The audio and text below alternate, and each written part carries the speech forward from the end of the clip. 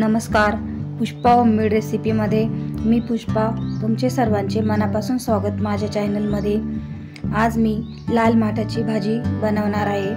भाजी व्हिडिओ आवडला तर लाईक करा, सबस्क्राइब करा, शेअर करा आणि छान अशी कमेंट्स करा। मी भाजी आधी स्वच्छ निसून घेतलेली आहे आणि धुवून 2-3 पाण्याने धुवून घ्यायची।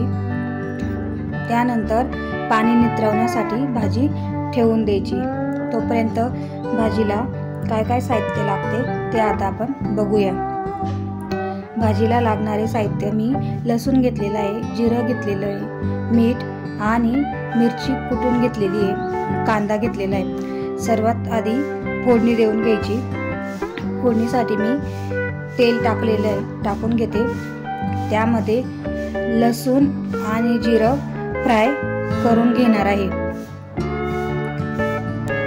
लसूण जिरं फ्राय झाल्यानंतर मी त्यामध्ये कांदा टाकून घेणार आहे।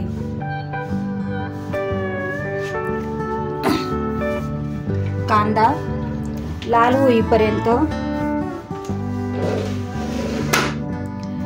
होईपर्यंत तळून घ्यायचं।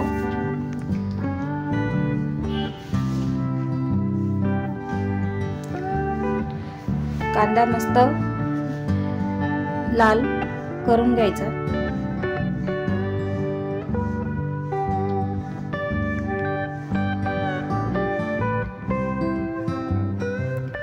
हे बघा, छान असा कांदा लाल झालेला आहे। आता मी तो कांदा बाजूला काढून ठेवते आणि तेल टाकून मिरची तळून घेते। मिरची पण मस्त लाल होईपर्यंत तळून घ्यायची।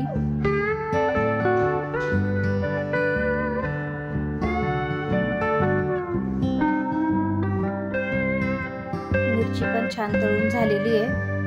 आता त्यामध्ये मी तळून ठेवलेला कांदा होता बाजूला, तो मी त्यामध्ये मिक्स करून घेते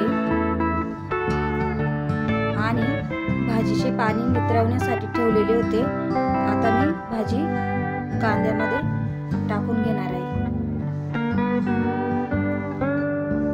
कांदा आणि भाजी व्यवस्थित अशी मिक्स करून घ्यायची।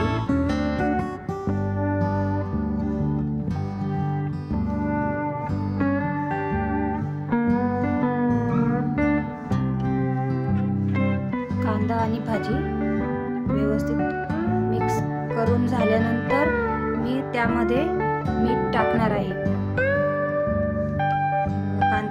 भाजी मिक्स झाल्यानंतर कमी झालेली आहे। भाजी कमी झाल्यानंतर अंदाज येतो मीठ टाकण्याचा, त्यामुळे मी भाजी परतवून झाल्यानंतर मीठ टाकलेले आहे।